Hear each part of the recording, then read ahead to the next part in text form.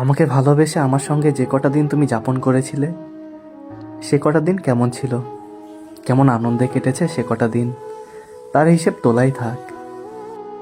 অভিযোগ করার মতো গুরুত্বপূর্ণ তোমার কাছে আমি ছিলাম কি না তা নিয়ে এখন সন্দেহ হয়।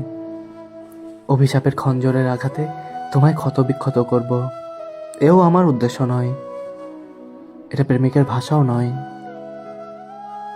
আমার শুধু মনে আছে, আমাকে পাওয়ার পর তুমি নিজেকে সৌভাগ্যবান মনে করেছিলে।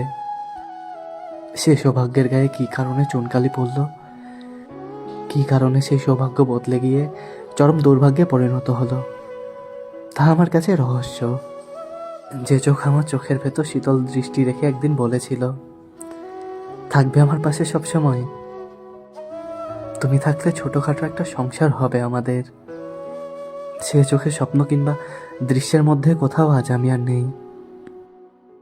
যে হাতে নরম আঙ্গুলগুলো খুব মমতা নিয়ে একদিন ডুবেছিল আমার উস্কো খুস্কো চুলের আদরে, সে হাতের আঙ্গুলগুলো জড়িয়ে আছে আজ অন্য কারো হাতের আঙ্গুলে। ঈশ্বর সম্ভবত প্রেমিকদের করুণার ছলে চমৎকার সহ্য ক্ষমতা দিয়েছেন, তা না হলে তোমার হাতে পায়ে, কানে গালে, চোখে মুখে, চলে গেলে অন্য কারোর এমন জড়িয়ে পেঁচিয়ে থাকার দৃশ্য হজম করতাম কি করে।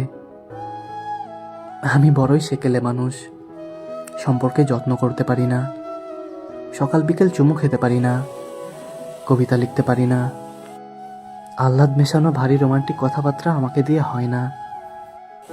এত সব না হওয়ার মাঝেও তোমাকে ভালোবাসা হয়েছিল একদিন, সেদিনের কথা এসে মনে করিয়ে দেয় তুমি আর আমার নও।